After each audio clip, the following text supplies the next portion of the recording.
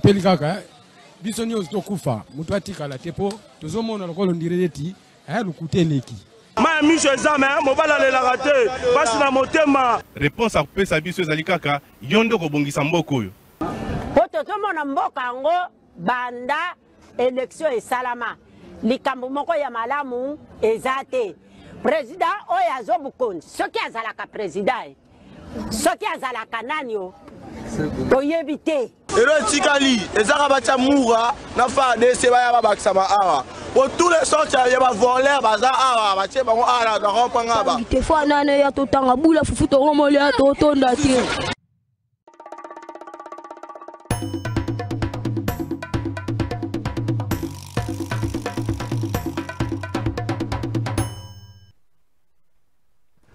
Merci beaucoup. Vendredi malamu na ba Congolais de tout bord. Vendredi malamu na ba Congolais de tout genre. Na ba Tunyoso, Balinga République de moitié du Congo. Vendredi malamu na bino tout soutenir tout puissamment Zembe à Kobeta match moko très important moko la Lolo. Match retour il y a demi-finale, il y a Ligue des Champions. À Kobeta ngo moko la Lolo to pesa bango makasi nzamba kimbango azala na bango tika ete bakoko. Batambola na bango ba memela biso victoire et ko sa République moitié du Congo nde Kolonga.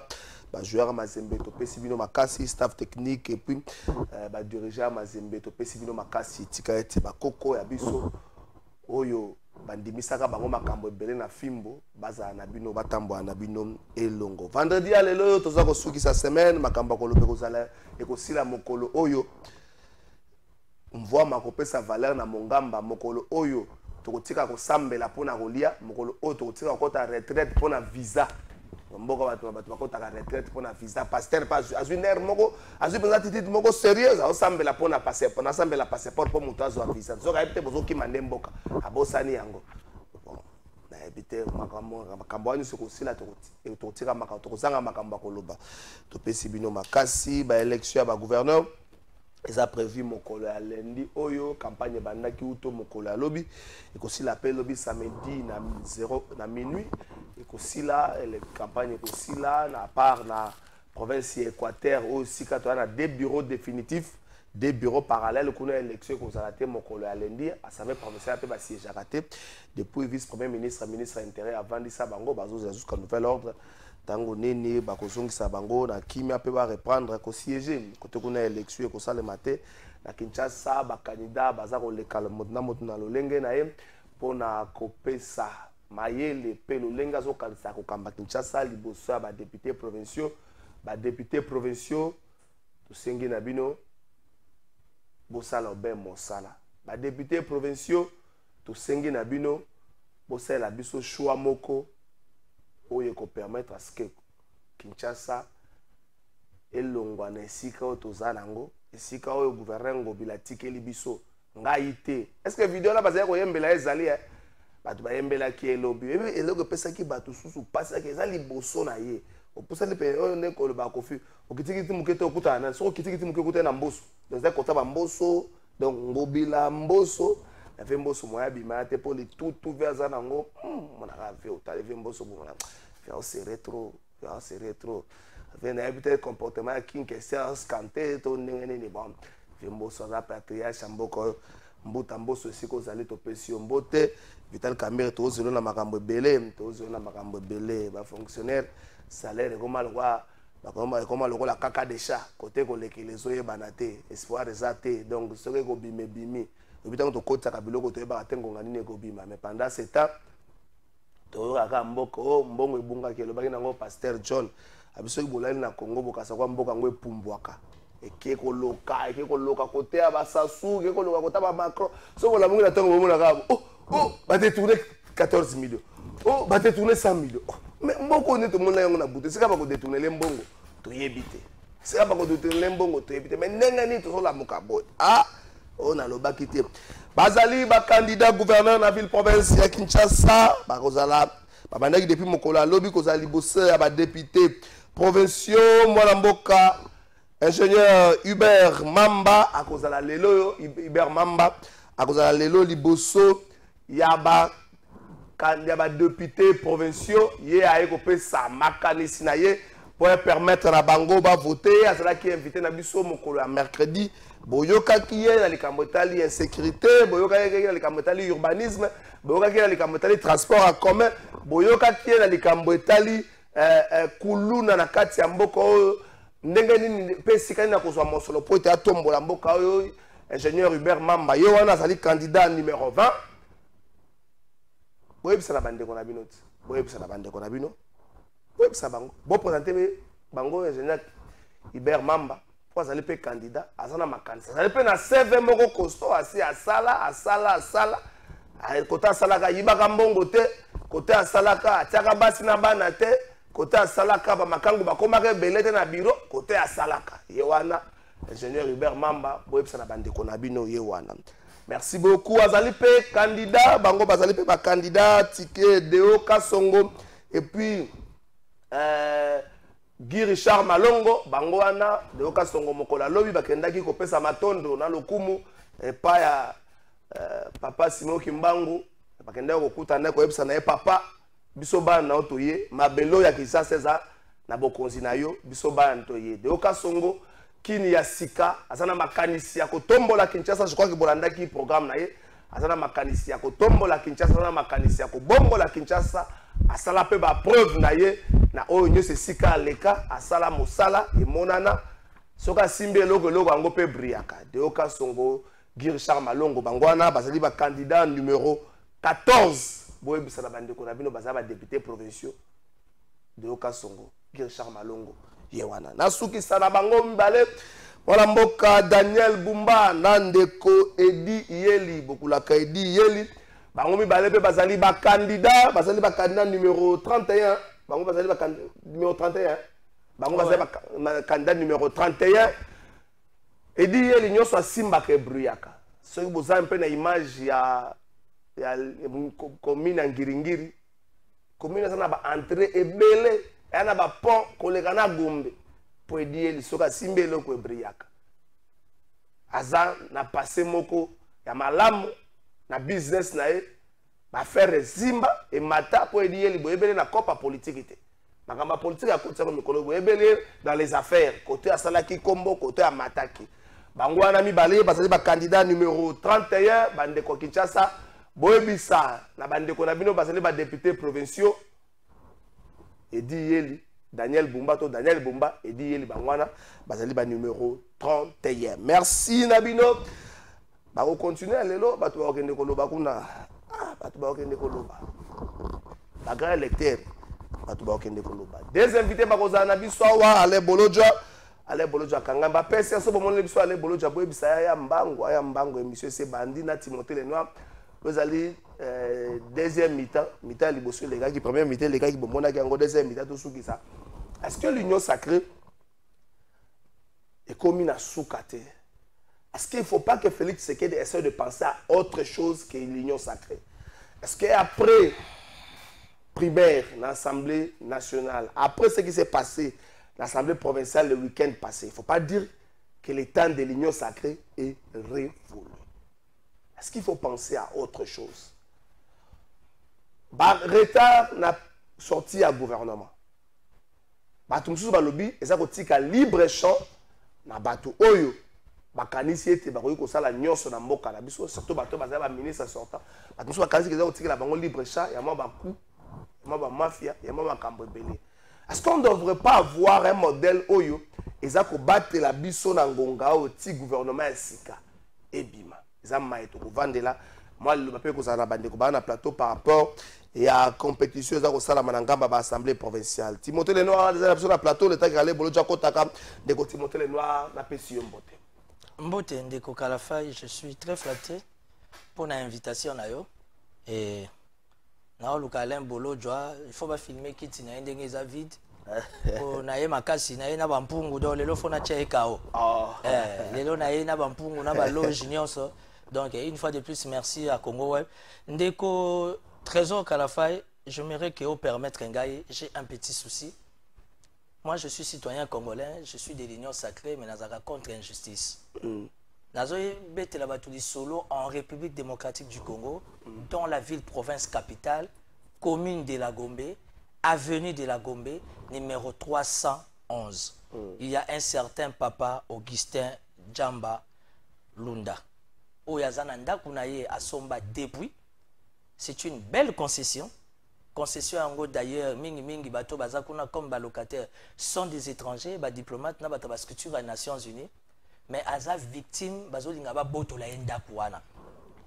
Alors, il semble que d'après les informations de papa Yamba Kingaye, alobi que non, azo remercier PG Mvonde.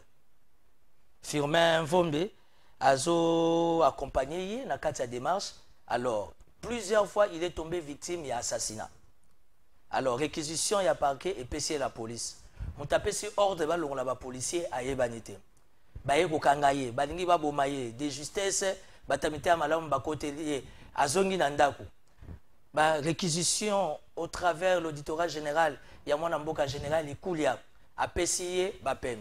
Il semble que service sous militaire et longoli ba sodawana. Donc c'est un peu de la confusion totale parce que mboka ils ont traversé ba moment moko, ils ont senga moi qui étudie zala tout ça moi sérieux na makambo be. Comment c'est fait mutazana ndaku na ye a gagné un procès mikanda ezaya ye mais bazo nga ba botola. Et je vous dis c'est une très belle maison, c'est un bijou et une concession oyo vraiment même oyo ça que présidence de la République et koki ko loger voire même ba paya ba vandawana. Malheureusement qui mutema mabe na kada mboka elengi papa Djamba Lunda Augustin na Gombe commune à Gombe avenue de la Gombe numéro 311 balingi baboto. Alors je demande à monsieur l'auditeur général Likoulia, moi je connais votre intégrité depuis makamuno a monsieur comme auditeur général, félicitations Landia Likambo procureur Firmin vraiment vende cassation fongola misu pour na dossier balingi baboto la papa Augustin Djamba Lunda ndaku na ye na sengi na premier président ya cour constitutionnelle pasteur Dieudonné Kamoulet oh yeza ba dossier mongezo saler l'image en boka na kati ya concession il y a des étrangers qui accompagnent la République démocratique du Congo. Est-ce que bazo foot balingi baboto la ko lupango mboka ça c'est nous l'union sacrée hein? Ça c'est notre spécialité l'union sacrée, ça c'est pas l'opposition, c'est nous l'union sacrée. Si on a bien tant à combo au papa Yebisinga, il y a pas besoin de sima dossier, ça fait mal. Les chefs de l'État, je sais pas, exact qui document des batouana nyon soba ozalara pembe nae. Et puis évidemment au couple présidentiel parce que il faut tout le monde en étape quand il y a des cas sociaux comme ça, tobé la maman Denise. Maman Denise a sa première dame, elle a fonctionné. Tout ce qui a surchargé maman Bad. Elle a besoin de veiller dans mon bail pour moraliser tranquille pour l'intérêt en boka. Mais là papa Augustin Djamba Lunda m'a demandé de demander à maman Denise et au chef de l'État balingi ba boto la yenda kunaye. Batwali ba bokole ba boto anda kunaye bazana ceinture ya chef de l'État. Pouvoir o ya biso union sacrée, il y a deuxième mandat. Otozo boya berera premier mandat, mais il y a un deuxième mandat. Voilà. Merci beaucoup. Kinshasa nazana choix moko. Moi j'ai été formé à la loyauté. Moi j'ai été formé. Je connais Edi Yeli depuis 2006. Tu es dans l'Assemblée provinciale en 2007. Assemblée provinciale avec Roger Ntingi. Paix à son âme, mon ami et frère Daniel Boteti Loleke Bokeli, Nzamba Batela, Issou Monae. À l'époque, Kimbout était gouverneur. On a passé des moments de crise dans l'Assemblée provinciale à Kinshasa et Zaki Akoloka. Et puis on avait un MacGyver. On va bien dans le film. On va comprendre l'utilité de MacGyver dans le film. Ça veut dire que MacGyver a trouvé la solution à tous les problèmes. À l'époque, Edi Yeli, simple coopérant, simple homme d'affaires qui était dans notre milieu, c'était lui la solution à nos problèmes. Donc aujourd'hui, quelqu'un comme Daniel Bumba, que je connais de loin, Edi Yeli, je connais très proche, c'est un ticket qui va aider Kinshasa. Tolingi Batoazo, les Canada, VSTT, français belé, la masculinité faible, Bazumbonga, Indien, Libanais, et puis les Libanais ont fait une victoire, camarades na bango. Le gars bazana ba singana kingo balingi ba sponsoriser abima gouverner et simbate. C'est vrai tout ça ba kinois. Au nom ya kinois le gars ba vient na biso o toza luka luka bazate na kati ya compétition. Tozo luka bato ba ko apporter solution. Les députés provinciaux et loko na bokoti ensemble pour ça Kinshasa et na ba piaka moko. Ba nyongo bo kota. Au moins ba chéro bozu ya deuxième troisième vitesse. Ba okima bino. Et na ba mama na gobido so bo réfléchir bien telelo. Et Liébino il y a 5 ans. Il faut un homme d'affaires comme Daniel Bumba. Il faut un homme d'affaires crédible, centre-ville, parce qu'à tout moment, je suis dans la politique. Je suis dans les milieux politiques. Ngana saka politique. Ngana saka balabala te. gouvernement national maman je dis comme air moko a bloqué a servir sous son rétrocession il y a province. Alors il faut un ticket des gens capables, des MacGyver qui vont trouver la solution 1 pour les députés provinciaux, 2 pour les Kinois. Surtout que Kinshasa a besoin de belé, de trésor à lobby. Donc bino ba député provinciaux. Sauf que Landa Mouto a soutenu par les Libanais. Na limite sauf lingi bino pe comme na ba moteur mi balé talibino. Mais Kinshasa a ba ngunza. Kinshasa ya Simon Kimbang, ya Tawonda, ya Fumu Kimbang, nyoso waya. Alors, soyez rationnel et juste. Kinshasa a trop de problèmes. Moi, je vous présente, c'est mon avis. C'est la démocratie. Edi Yeli, Namona Mboka Daniel. Pourtant, Mbawe Gebeta Bino. Mpia Gebeta Bino. Batona Baoza solution à Bino. Soki Boyo Kite, Bokanga image au souvenir.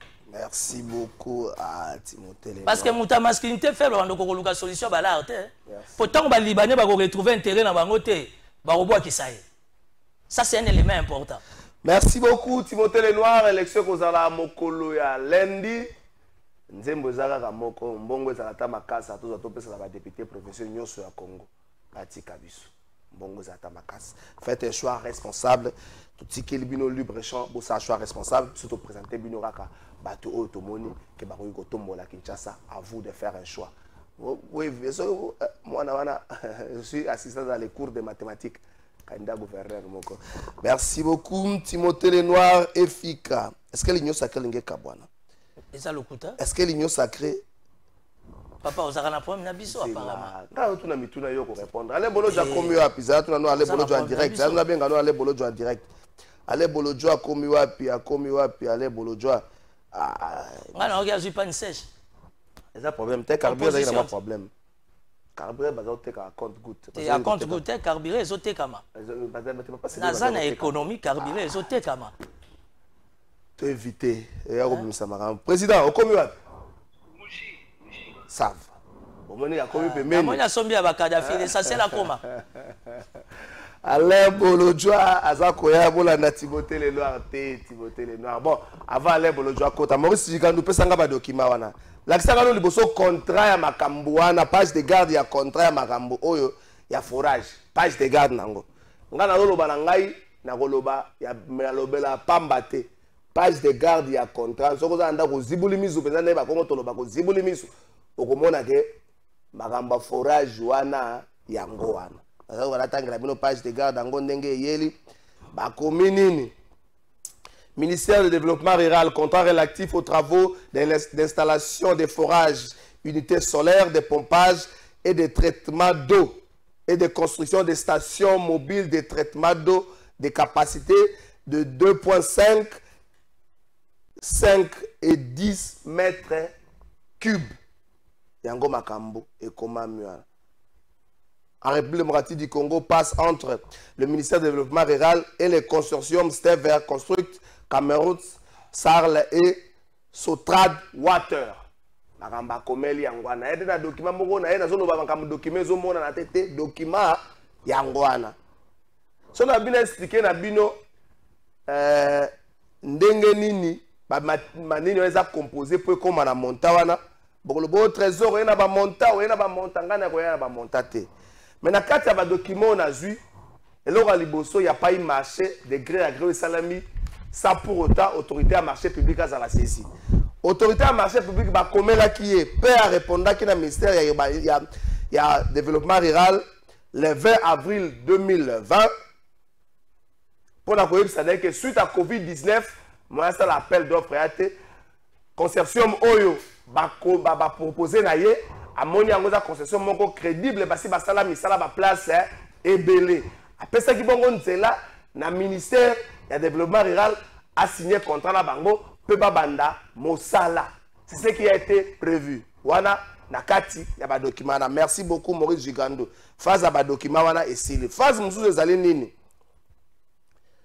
Na ba engagement l'État congolais et bongi afuta mbongo par rapport ya mosala. C'est vraiment il faut futa matina 5 ans.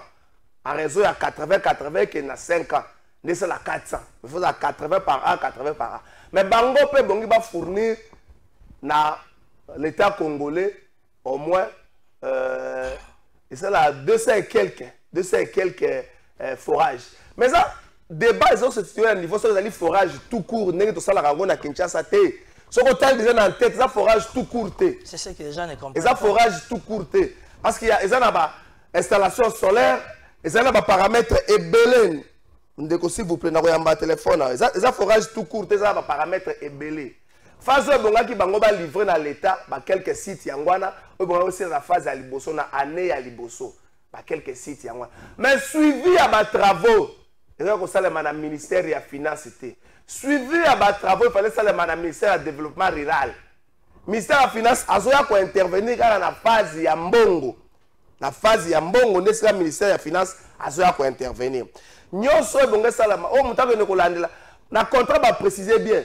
ce qui mosolo et c'est zoami mosolo ko zo matin on est bandelté mosolo ko zo il faut pas préfinancer concession il faut préfinancer bon si c'est étape à liboso bazui mosolo ba pesi bino mosolo bimaki ndenge comme la bango balobi ba poussa ni baza habiter na quelques problèmes ya mbongo les contrats prévoient que ça baza habiter na quelques problèmes mbongo gouvernement congolais a libéré bango partie ya mbongo yango monaki ba mbongo bande ko bima 80 millions de bimaki 20 millions par rapport à évolution à ba travaux na phase haute aux nango il faut te réclamer certes ba forage na biso il faut te réclamer le panane to que ko consortium moi to que ko ministère du développement rural.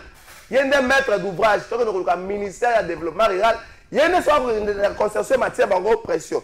Quand on a compris sa pouvoir dans la concession, que à l'UKP, l'entreprise sous-traitance, après ça va marcher. Donc, bisous de pression dans le ministère du développement rural, le ministère du développement rural a la pression dans la concession. Il ne faut pas que ça la batte, que mon a ne 400 millions dans ma cambote. Pour pas tout ça, mon de bon, mon a ne 400 millions dans ma cambote. Phase à l'Ibosa, mon a 80 millions. Mais bien, 80 millions juste. Et puis, 20 millions. Parce que les gens sont j'ai apporté des détails. Moi, 20 millions, 80 millions. Oh, mon ami, c'est 80 millions, après, si na batouana, exalité. Donc, toute cette pression, pour la réclamer, pour forage, la biso. Moi, c'est un document, c'est un forage, c'est un état par l'Iboso. Un à Congo central, un à Sankourou, et ça, à Kotaba Ngobile, un Maïndo, mais c'est un forage, c'est la moi, l'Iboso. Congo central, Sankourou, Maïndombe. Il faut te réclamer yango bandeko toute cette pression dans le ministère du développement rural a été pression dans la concession moi na ba pesa biso ba forage na Tanganyika pesa na phase ya liboso ba pesa biso ba forage je vois que na sisi makambo yo ngai phase na ngai yango ana to sukeli wana donc makambo te to éviter ba mot chargé pour ba responsabilité peut faire ça là établi. Merci beaucoup Timothée Lenoir de trésor Kalafaye oyebi dossier ba forage. Moi, ça me fait très mal.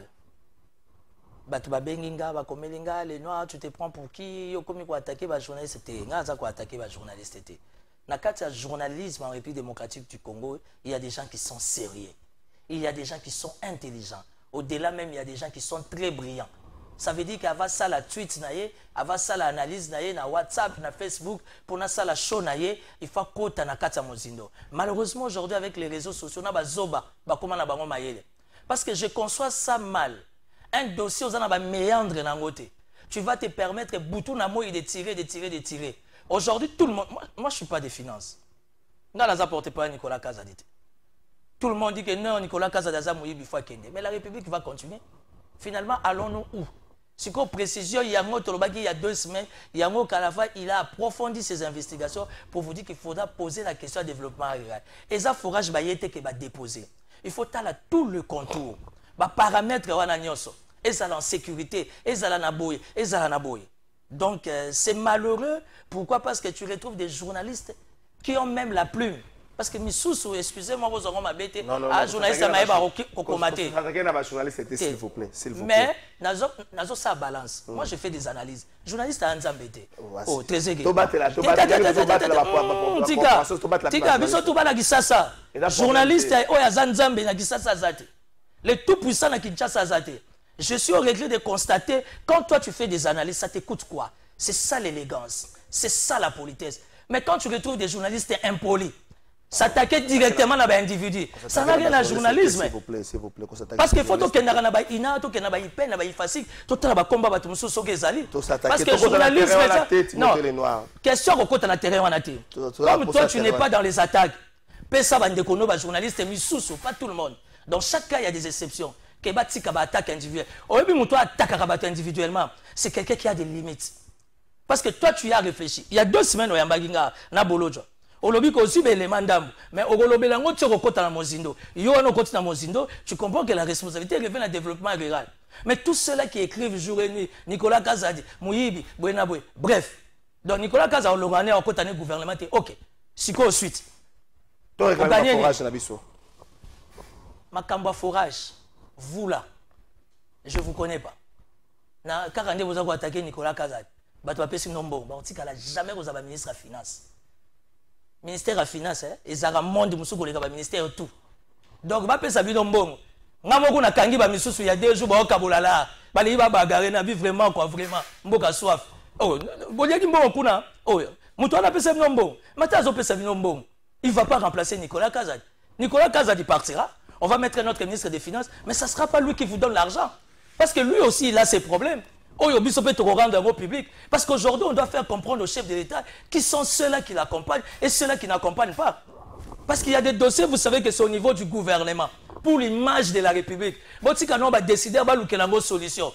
Mais comme il y a certains guillemets qui s'estiment faibles, il y a l'État, il y a des réserves pour faire attaquer les autres. Vous finissez Samboka. Les FMI nous regardent, la Banque mondiale nous regarde, la Banque africaine de développement nous regarde. On a besoin de crédibilité de la politique. Qu'est-ce que nous dégageons comme image économique? Mais quand vous passez dans des médias, pour tout le monde appeler son bon ça la chaîne, à sommer l'homme tout casser la bassesse. À la protéine à terre, à la conflictuelle. Au lingue, tout mbabenga na plateau. Frontalement. Merci beaucoup, Timothée. Bonjour, Kalafayo qui m'a cambodé par l'obité à propos de décaissement du ministère des Finances. Oui, qui m'a cambodé par l'obité. Tous ceux qui ont la jeunesse à l'Ikambu, Tito Poussana. On est par l'obité, on a l'obité qui m'a 20 millions. Qu'est-ce qu'on a pris sur ma raison? Pour nous, 20 millions. Le contrat prévoit que ceux qui battent la moins de difficulté, ils ont ça recours, c'est un solo. Il y a des difficultés, il y a des recours pour ça. Si on a une phase où il y a une phase de liboso, si on a livré biso, forage ndenge et singeli. Il y a peut-être le ministre de la Finance à jour le consortium forage jusque là déclaration dans Bango Basali, journaliste Zela ministre de la Finance a bagé dans l'organisation Monsoloté pour être il faut livrer biso forage. Mais aussi dans Mukano la Gisibino il y a la direction générale du marché public.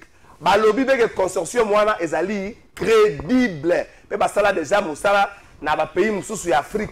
Il y a en Australie. Dans le document, je ne vais pas revenir sur ça. Ce bouton bien que c'est crédible. Ce est crédible. Si on a la direction générale du marché public, il y a une crédibilité. Il y a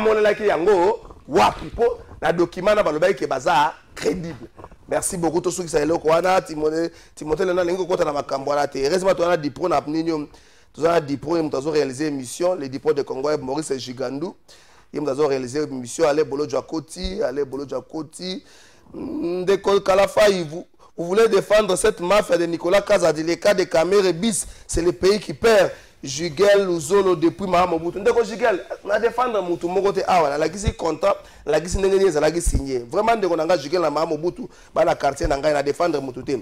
Bonjour ndeko Trésor, est-ce que moyen exact tout mona ata moko oyo ici esili pour confirmer que ils a centre de traitement d'eau. Merci beaucoup ndeko. Très bonne question. Ça c'est la sagesse. Ngana pesi bino, qu'est-ce qui a été prévu pour na ba contrat wana? Bino siko botia siko pression du ministère du développement rural, tout mona parce que photo partenariat social par rapport à contrat, c'est pas ce qui est prévu. Photo partenariat social par rapport à contrat, c'est pas ce qui est prévu. Photo c'est pas ce qui est prévu par rapport à contrat. Ce qui va salir élément photo il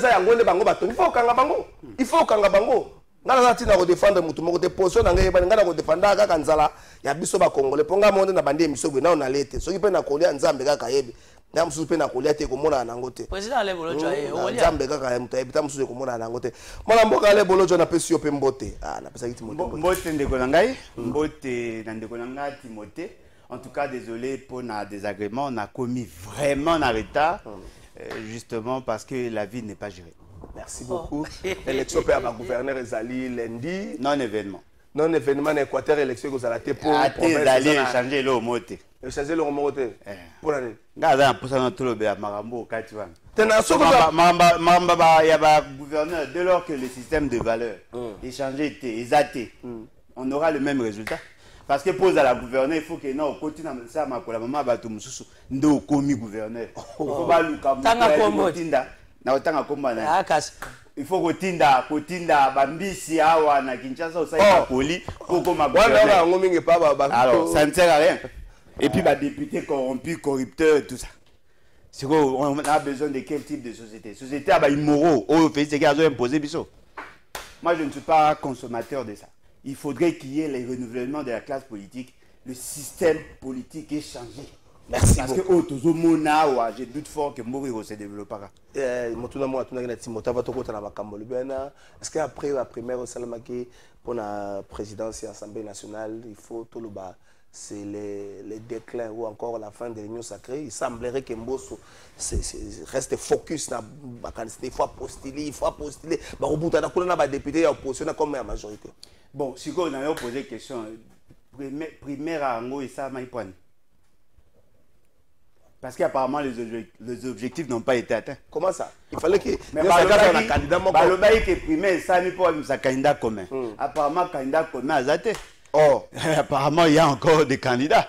Parce que ceux qui Papa Mbosso a postulé et que Kamé a postulé, cela sous-entend qu'il n'y a pas eu de il y a pas eu comment les candidats communs. Et donc vous comprenez que c'est aventure. Et puis pourquoi avoir choisi l'hémicycle à Palais du Peuple? Les lieux. C'est un fait privé. Oui. Il est strictement interdit dans la partie politique d'organiser des activités. Parce que les statuts à Palais du Peuple changent.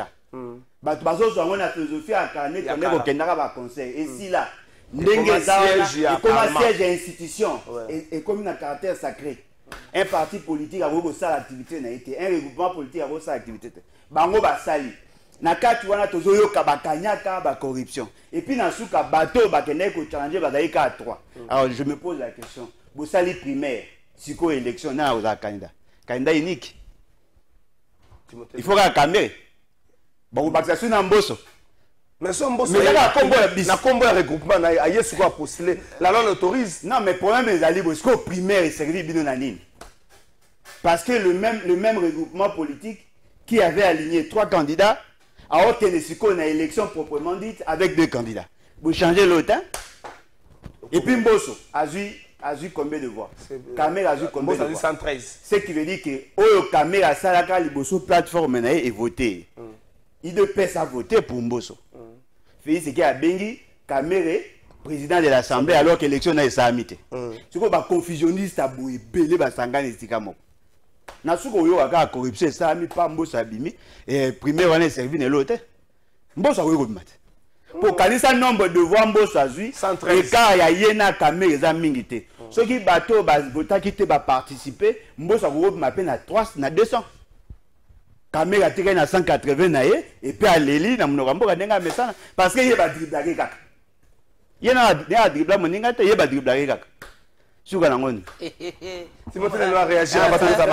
mais ce n'est pas réagi par rapport à quoi. Il est en train de faire ses analyses. Il n'est pas de chez nous, à l'Union sacrée. Il y a un scientifique. C'est simple. Mbosso a eu 113 voix. Caméra a eu 181 voix. Ceux qui toquent, ils vont voter qui battent, ils vont 73. Ah, prof. On est bêtu. Ils vont voter qui battent, 73, 76. S'il faut pas Kabouana, il faut comprendre que Mbosso et Bahati, c'est facile que Bahati fasse les choix pour Kamere. Entre Bahati et Mbosso et Kamere, c'est facile que Bahati fasse les choix pour Kamere. Mais au moins, c'est un bateau Moko Bazala. Ceux qui battent que facilement Mbosso a convaincre Kamere a la peine à Monokambo à jouer à l'élection. Non, mais c'est bizarre. Pourquoi il faut que Kamere aille à Monokambo? C'est comme si Kamere a la cible, il faut aller là. Non, nous sommes dans un combat politique. Je ne suis pas venu parler des caméras. Mais je n'apprécie pas trop. Tant que vous avez caméra, vous avez quitté ça quand même. Comment? Non. Nous tous on a le même niveau d'attendement. C'est parce qu'on se connaît. Voilà. Les niveaux est ça. Parce que ngai petit na comment okima ba débat parce que na lingi bato hauteur ndé monanga. Olia ko zoba petit blablabla la ti veste kangié ayebo non yesimba ti tapane c'est les cas. Aujourd'hui, caméra ses erreurs. Caméra ses défauts. Mais Kamere, c'est quelqu'un qu'il faut respecter dans ce pays. Vous comprenez? Papa Mbosso a fait son choix au palais du peuple. Je ne vais pas juger sa gestion, mais j'ai tout simplement remarqué que comédien Zaki m'a cassé la gestion de Mbosso. Ce qui est Sénat, Papa Bahati a géré le Sénat bien, mais on a constaté que tant qu'analyste politique, c'était plus de comptes à rendre. Parce que Sénat est à loge, Sénat est à secte. Mais nous sommes retrouvés dans le Sénat Moko sans il y a secte qui se soutient. Et comment il va compte à rendre? Alors je ne vois pas quelqu'un comme ça, dans le contexte aussi fragile, il y a une des chambres à gérer. Primaire, il est d'accord. On a rationnel dans la union sacrée. Il est d'accord, ça veut dire que le statut à parler du peuple changea. C'est une erreur, c'est une vice de procédure. On n'a pas sur l'union sacrée. Nous tirons des leçons. Primaire, on a qui pour na bozami satu, on a la favori. Qu'est-ce qui vous fait dire que oyo ba yakité? Que ce qui va y réellement ou nécessairement VK sera KO. Vous comprenez? Il faut faire attention. À analyser. Non. Je fréquente Kamere, mais je ne suis pas venu parler de Kamere. Super jongleur. Moutali solo comme c'est pas permis. La politique, c'est premièrement pas l'argent. Aujourd'hui, Alain Bolodja, il a un parti politique, non? De plus en plus, adhérents, tout le monde soit apprécié combien? C'est un bon jongleur, c'est un bon communicateur. Les gens pensent que non, il y a un sens à leadership, Tikana Yambaye, ou plutôt Nalandaye. Aujourd'hui, quand les chefs de l'État félicitent Vital Kamere, félicitations le président de l'Assemblée nationale. Écoutez, c'est le chef de l'État, c'est la première institution. Non, là, ça ne va pas passer. Il appelle David Moukeba. Monsieur le mais ça ne certifie rien. Pour preuve, David Moukeba avait comment dire? Avait échoué. Oui. Non. Écoutez, Alain Bolodja, à part du fait d'être économiste, c'est un spécialiste en communication politique des Molanga. N'oubliez pas que le chef de l'État, c'est la première institution. Il doit se mettre à l'aise dans son langage. Pourquoi? Il a eu tout le temps de méditer, de donner des ordres de protocole d'État. Mais moi, je donne mon avis, 1, étant citoyen congolais. 2, étant du pouvoir. À venir, Yamboka, où on a minité, nous voulons une assemblée, un parlement costaud. VK a beaucoup des erreurs. Oh, Bino Boyebite, Ngana Yebi. Parce que je suis son fils. VK a beaucoup de faiblesses. Oh, Bino Boyebite, Ngana Yebi. Parce que quand je dis fils, ça veut dire moi, Nanda. Mais, à contexte tout ça, c'est la personne qu'il faut par rapport au Parlement. C'est une grosse machine qu'il faut relever. Aujourd'hui, le Parlement ne voyait pas seulement les députés. Voyez l'administration, voyez tous ces personnels. Ils sont dans quelles conditions? Quel est l'avenir de ces grands bâtiments? Quel est l'avenir de cette grosse machine? Et ça, c'est la spécialité de Vital Kamere. Relever la pente. Relever le défi. Tout le monde a des députés de Baroya 5 santé. Il y a un cabinet, il y a un membre du bureau. Tout à l'heure, tous ces personnels, des milliers, au bazar dans le cadre du peuple, au avenir, ils dépendent d'un président. Et puis, ce n'est pas le Sénat qui gère les bâtiments, c'est l'Assemblée nationale, d'une manière générale. Donc, aujourd'hui, Alain Bolodja, tu as raison, on a commis encore une gaffe. Bisso, Union Sacrée, ça va primer à Kuna, parce que statut à parler du peuple qui mais Keba, l'éléphant le plus dur, le plus dangereux, VK. Ce que c'est à Zuba la Kei, à Zara, la destination Moreza Poto. À moins que le ciel se décide autrement. Toyeli peut combat à Kombote, Toyeli combat à Moutou, à côté Parlement, à redorer l'image à Mboka, parce que le besoin est majeur. Merci beaucoup, Eric Abidal.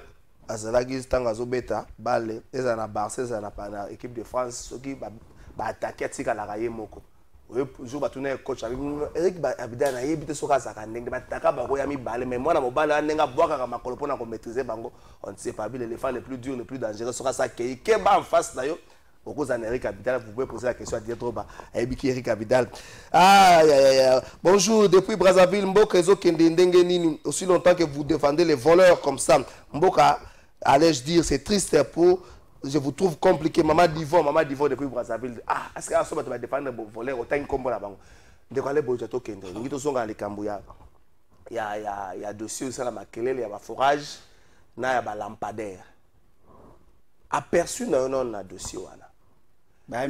Lecture première nayo. Et ça, ndengeni. Mibi penza makasi. Nangina zonga mukie marambo ya Kamere. Tshisekedi jusqu'à preuve du contraire, yende alali autorité de référence et IDPS pour ne pas dire autorité immorale sur immorale. Non. Soki. Non. Non, le balai. Alain Bolo, tu as dit ceux qui moral ou immoral. Non, Alain Bolo, autorité ça morale.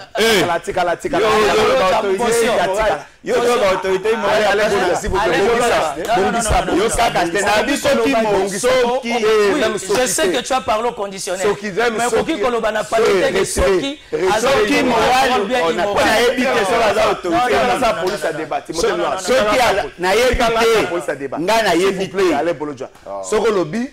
Félix Tshisekedi a dit patron. Pas moi je parle.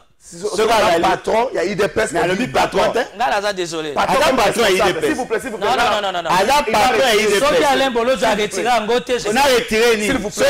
On ne veut pas tolérer le mot immoral. Non, mais attendez, vous êtes renseigné à l'obet. Au début, Mbamoga moral. S'il vous plaît. Mais qu'est-ce qui déduit qu'il est immoral? Qu'est-ce qui déduit qu'il est immoral? Je ne suis pas m'expliquer. Non. Alors dans ce cas, je suis désolé. S'il vous plaît, on va décevoir. On va décevoir. Non. On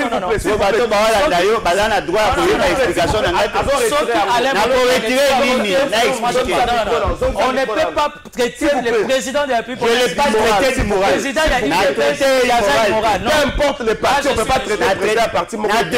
Immoralité. S'il vous plaît, non, Alain Bolo a autorité morale. Il ne peut pas permettre ni encore se porte. Je ne suis pas de l'UDPS. Non, mais. J'ai jamais je suis fasciste. Du fait que Komba Fachi est cité comme président de l'UDPS, je suis immoral. Il n'est pas président de l'UDPS. C'est l'autorité morale. Je suis d'accord avec. Il y a Boy qui est autorité morale. Parce que ça va être une alliance.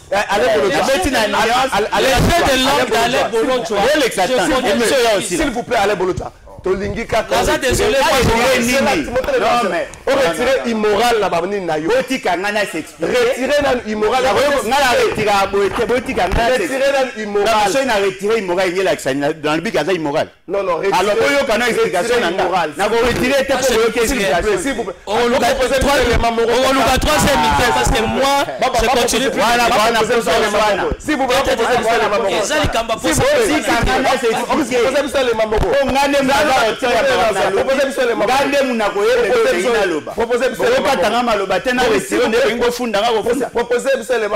S'il vous plaît, proposez les mamogos.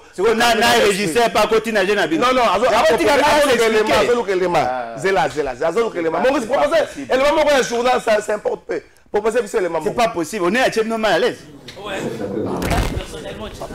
Daniel Bumba est dit d'une part. Lévi Mbuta, Germaine Chinyama Zolantima, Congolo André, Samba Clovis et Socrates Moubengaï d'autre part. Le kit est complet pour l'Union sacrée de la nation qui ambitionne de contrôler l'hôtel de ville et l'organe délibérant de Kinshasa durant ce deuxième quinquennat du président Félix Tshisekedi.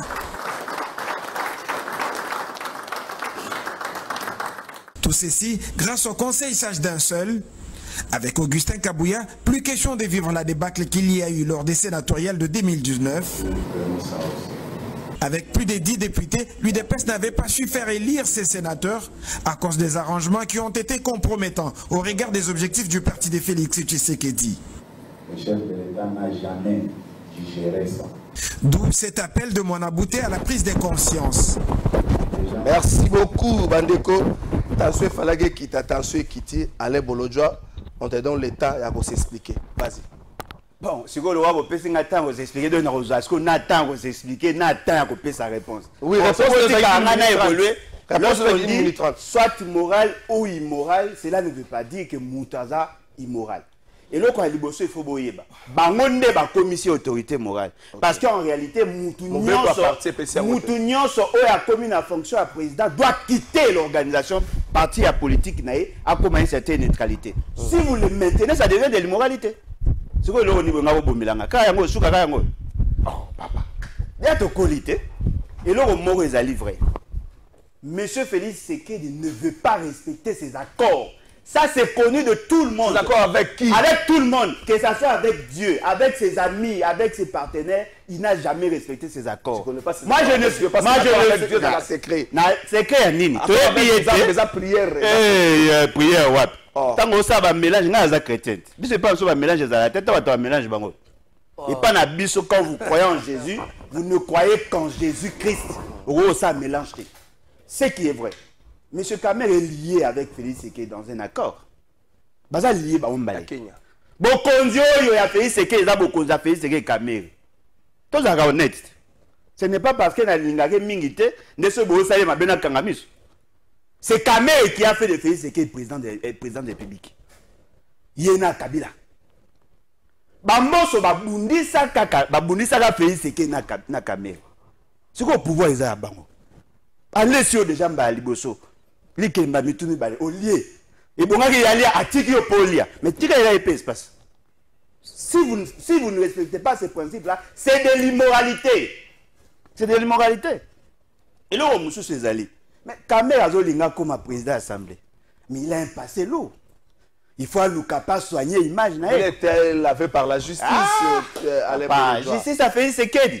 Tant qu'on a le immoralité aussi ligue. Et là, quand ils arrivent vrai, tel que nous sommes là, nous sommes en train de parler d'une gouvernance cancérogène. Tout problème.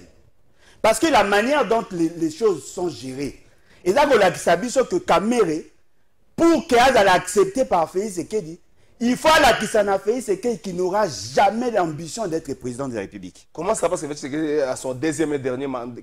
Tout n'a pas tamboso baolo banini. Bolinga bocha Kamer a s'opposer à l'idée à révision de la Constitution. Batamboso baolo. Na TV. Alors dites-moi. Vous voulez faire de Kamer un président et l'Assemblée nationale qui viendra imposer à la République une nouvelle constitution juste pour assouvir les appétits gloutons de Félix Sekedi. Mais Kamer, on recouvre à 2 fois. Parce que déjà dans l'opinion, imaginons ces bébés. Bozaka boliaka ensemble, mais yo va crucifier yo. Les lois de sous bazo lingaba simbi sa patate chaude. On changé la constitution pour faire à ce que Félix Sekedi comme un dieu. Atika na bokonzi éternellement. Mais na ko s'acharner contre Félix Sekedi te ka yone na otala. Siko na kozwa ba image nyonso ya bano ya mike ba yembaka na oyozo sala charge nyonso ko ya epa na yo. Si tu veux être président de l'Assemblée, ce qui oza na posa peuple atika na histoire na yo, sert le peuple, pas Félix Sekedi.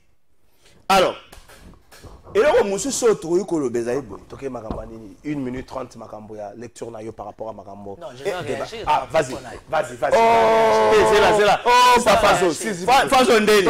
Il y a tant de bien.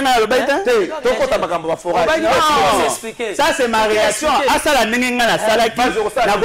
Ah, ça, ça me balé. Et puis, on peut faire un papier na bic. 1 minute 30 ans. Ah, comment intimider na vous t'avez intimidé, tu n'as pas intimidé. Et là, on est vrai. Et là, question ngate. Et là, on est vrai. Tant que vous avez miyibi ya makasi. Miyibi ya makasi koleka. Pourquoi bino nyonso beaucoup mina tendance à koloba? Non, il y a un contrat, il y a un contrat. Non. Le manuel, il y a procédure, il y a dépenses publiques, il est clair. On a institué la chaîne des dépenses pour qu'il y ait la transparence et la traçabilité à fonds public. Lorsque vous voyez un ministre abîmer Simbongo pour financer un projet, Oyo, boyebi que montage financier, ça va malamuté. Il a une faute de gestion grave, très grave. S'il y a des tournements, c'est lui qui en est responsable. Pourtant, un manuel de procédure, il y a des caissements de fonds. C'est clair. Il y avait un contrat, oui, mais le contrat là, lié la République en termes d'engagement. Mais les décaissements, les paiements, c'est une décision de gestion. Parce que sur le chaîne, il y a dépenses. On a 4 étapes. L'engagement a été pris, oui, par l'État. Le gouvernement aurait pris la décision. Moi, je peux vous certifier, ces débats-là, il y a forage, c'est une décision personnelle de Félix Sekedi. C'est lui qui a reçu ces gens, c'est lui qui a présenté ces gens auprès du ministre et du Développement rural. C'est lui qui a exigé au ministre et à la Finance de l'époque de décaisser l'argent. À l'époque, c'était Guy Mikulu qui était en développement rural, c'est Lé Alagouli, ministre de la Finance. Tant que Guy Mikulu a versé, il est à la Gouli, c'est Lé Alagouli a dit oui, j'ai reçu des instructions de la part de Mokonzambo Kaoba Benga Félix Sekedi a pris décision que Tobi Misambongo. Mais Ngai, en tant que spécialiste en matière de finance, Nazo Zelayo, qui est le porteur du projet, Oye Langa, le montage financier, comment on va financer et quelles sont les phases, il y a des caissements de fonds. Félix Sekedi, 2 semaines après, une semaine après, na Gimi Koulou et consort. C'est-à-dire que les études de la faisabilité, ils ont nous concluantes. Alors, il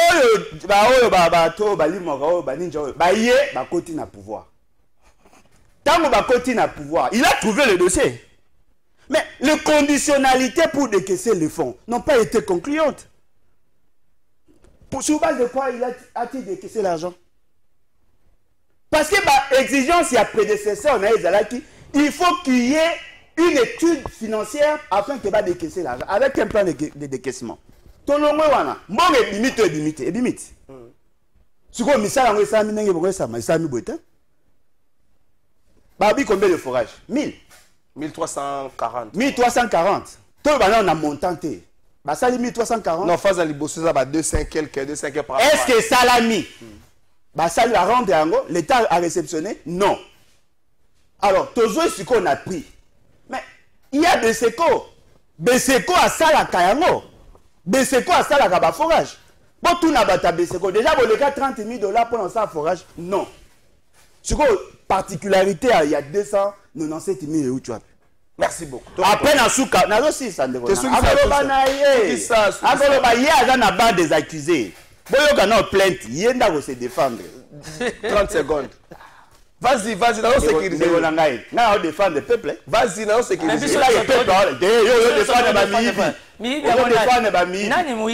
Il faut certifier qui est Mouibi. Mais Wario veut dire quoi? Wario veut dire quoi? Filmer.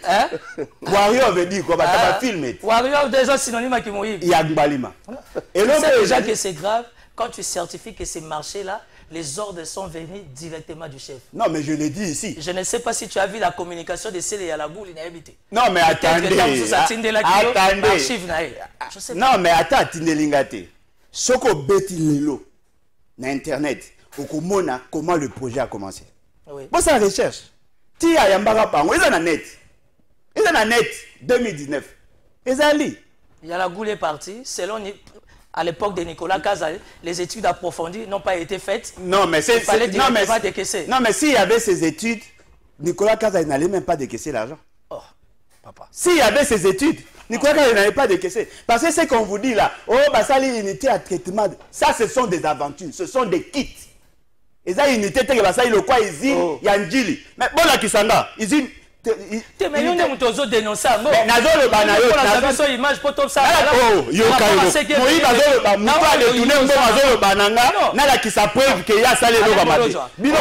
Le gouvernement Sali et ça y a voté. Et ça gouvernement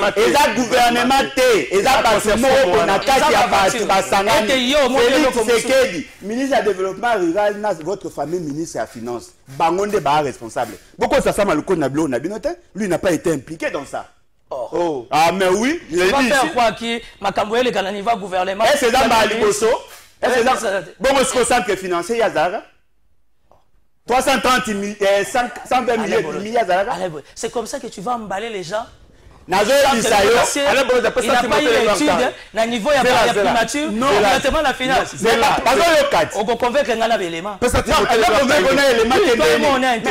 Sans élément, on dit. Assemblée provinciale, Assemblée nationale est convoquée comme ministre pour ces dossiers. Au départ, c'était comme 30 millions. Ils voulaient construire un bâtiment pour loger le ministère de la Finance. Parce qu'il y a un locataire. Après, tu recommence à 120 millions. Après, bâtir qui baillait. Ce n'était pas des bâtiments en conseil des ministres. Si c'était des bâtiments en conseil des ministres, au moins, quand on a compte rendu. Oh. Exactement. C'est ce que tu penses. Centre financier, tu es ton ami à la Nyonso. Ok, tu m'as dit. Alors, on a aussi, c'est là. On oublie plus de 10 minutes. Non, parce qu'en fait, il y a une chose. Alain Bolo, moi, je le respecte beaucoup. De par ses analyses. Mais il fait bien son show parce que tellement qu'il attire l'attention des gens, il y a un Bétabilo Ronaï. Et je comprends les fois Bétabilo Ronaï. Mais c'est très dangereux des allégations et des affirmations dans la posture netier. Je sais qu'ils ne supportent pas. Ils ne supportent pas le pouvoir. Pour ne pas dire la tête de Félix Tshisekedi. Ah, c'est sa tête. Il faut pas dire ça, il faut pas dire ça. C'est sa tête. Il faut dire le pouvoir. Et non les individus, le bas le pouvoir. Est-ce que vous avez supporté Mouibi? Je sais pas qui tu traites. Supporter Mouibi. Je sais pas qui tu traites de Mouibi. Parce que jusque-là, tu n'as pas certifié qui est réellement voleur. Parce que pour Naïo, les forêts, tu dois voir ça à Kinshasa. Au niveau des provinces, comme tu vois pas. Papa, Namboga Neza? Na territoire Neza? Monsieur, mais c'est une étape. Oh, mais c'est quoi ça, Niwa? Bon, na Kabia Kamon. Yo, mon aga forage, ya basala na Kabia Kamon, non? On vient, on les dépose. Non, mais dites-moi, non, mais attendez. Nous avons démontré que vous occupez par côté. Moi, vous avez la bonne foi. Vous avez battu ça, nous sommes Bamibi. Bon, mon forage au fait, c'est qu'il y a une inauguré na Kabia Kamonga. Ça peut coûter $297 000. Est-ce que c'est un compte? Oui. Oui. Et là, on a compte, il y a projet. On m'a dit que vous l'avez dit à côté. Tu es grave. En tout cas, projet yo monaki ya Kabea Kamonga yango wana ba bengi forage yango eko coûter 297 000. Oh papa tout ça peut maïl était le baimbo écouter biso combien bon beta maso ça bon batata binote za mbongo ya pays et ça passe ya biso nyos yo za na passe po yo lia kité mi bio ba lia ki ba yebi ke esengo kokotela bango te ndeko kokotela bango te. Fais ce qu'il y a quelqu'un qui inaugure ce forage. C'est forage. Bino nyonso bomona forage wana. Ezali projet pilote nango yango. OK, très bon. Ayopio, vas-y Timothée Lenoir, vas-y. Naye kokote la miibité. Parler, faire des analyses, kobeta ba chiffres et ça bien. Il n'y a pas de problème. Il faut savoir faire des balances. Quand on critique, on voit aussi les bons côtés des choses. Les bons côtés à Miibi. S'il vous plaît, s'il vous plaît. Ça ne sert à rien qu'on parle de ça. Oh, au CP. Au moins, nous avons un combat spirituel. Donc, nous sommes catholique. Nous avons rêvé à mon Ndoki. Atakutu papa ya wakutu. A été renforcé Kindoki. Donc, il faut laisser Alain Bolodja dans ses affirmations. Non, convaincre. Alain Bolodja, l'union sacrée commet beaucoup d'erreurs. Ma casse, surtout dans Moïbi. Je n'ai pas fini. L'union sacrée commet beaucoup de gaffes. La vie est faite de choix. Moi, j'ai fait ce choix-là, il y a l'union sacrée. Mais oui, n'a pas erreur, n'a pas faiblesse. C'est ce qui fait la grandeur d'une personne, le choix. C'est parce qu'ils ont crié en toi. Mais ce que j'ai contre toi, tu comprends? Quand tu arrives à dire que dans l'union sacrée, tout le monde a ça mouillé. T'es l'essentiel, tout le monde. Les cas exceptionnels, les athées. Félix, depuis qu'il a 5 ans, il a eu son deuxième mandat, il n'a rien produit, il n'a rien réalisé. À part Miibi, non, ça c'est de la méchanceté. Miibi. Oh, il y a Miibi, justice est acquittée. Si on a une justice, tu as gagné. Non, non, acquitté. Acquitté, non. Toi, tu traites quelqu'un de voleur, acquitté par la justice. Si on a eu, donc tu t'opposes à une décision de la justice. Non, mais attendez. Hein, papa? Non, non, yoga samote que un coupable va acquitter. Ah, papa.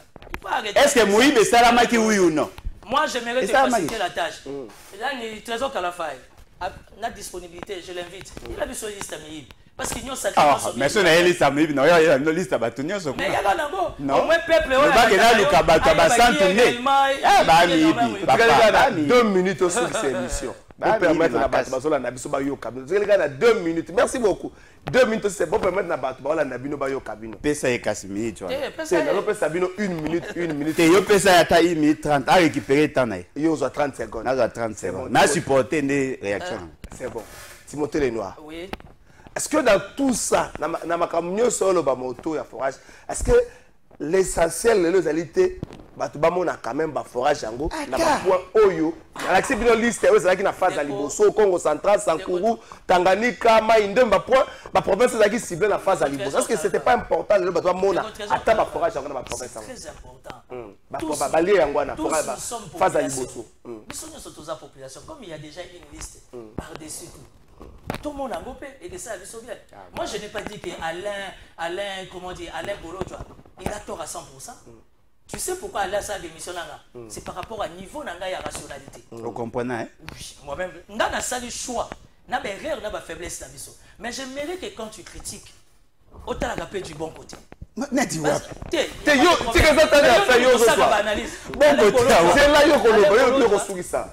es scientifique, tu es une référence. Au bien, ça va gêner autour d'une table pour nous faire la bango étude de la faisabilité par rapport à politique. Il y a politique à faire qui c'est que tu deviens à la fin rien n'est réalisé. Non, rien. Rien de bon. C'est là, il y a beaucoup de réalisations, mais rien de bon. Rien de bon. Oui. Alors, heureusement que je comprends bien les Français. Tu as la parole, tu peux finir. Merci beaucoup. Moi, j'ai compris. Il y a besoin d'une minute. Alain Bolodjo, est-ce que l'essentiel est dans le projet qui est, en fait, tout le monde a eu un parce que dans 100 jours, tu vas réclamer le lobby. Attends, mais au moins tout le monde sait que vous avez fait pour les militaires, par exemple, les maisons préfabriquées. Attends, vous avez 5 chambres, il y a 3, mais au moins tout le monde y a et vous quittez Kanda ya bato. Pendant les camps à forage, on appelle cette liste à phase à Liboso, la province de Sénégal à phase à Liboso. Ce que tout le monde y a juste à continuer comme ça la moussala, il y a un bon il y a l'école sur plus, mais au moins peuple à Kolobageno, na meladi ma il y a les camps yango. Wana peuple à Kolobabo. Mais ngai en tant que mouton aspirant à la gouvernance, nous visons 2 objectifs. OK, vas-y. L'efficacité et l'efficience. OK. Ngai naza malade. Nake na hôpital ba bisinga naza na malaria. Nazui na spécie 5000 fois ba sondenga malaria dose na mele na biki. Yo za malade. OK na hôpital ba pesi yo ordonnance ko somba ki sa $7500 au biki. Biso mba eto biki mais nga naza efficient, yo za efficienté. Mbongo eza mukete. Ba dépenses eza bête. Donc ça dépense de luxe c'est il faut to lukaka dépense eza économique. Papa, yo za na $100. Au comme il y a ce lundi, mardi, mercredi, jeudi. Mais fin du mois, il y a un bon esili. Et là, il y a comme ça. Il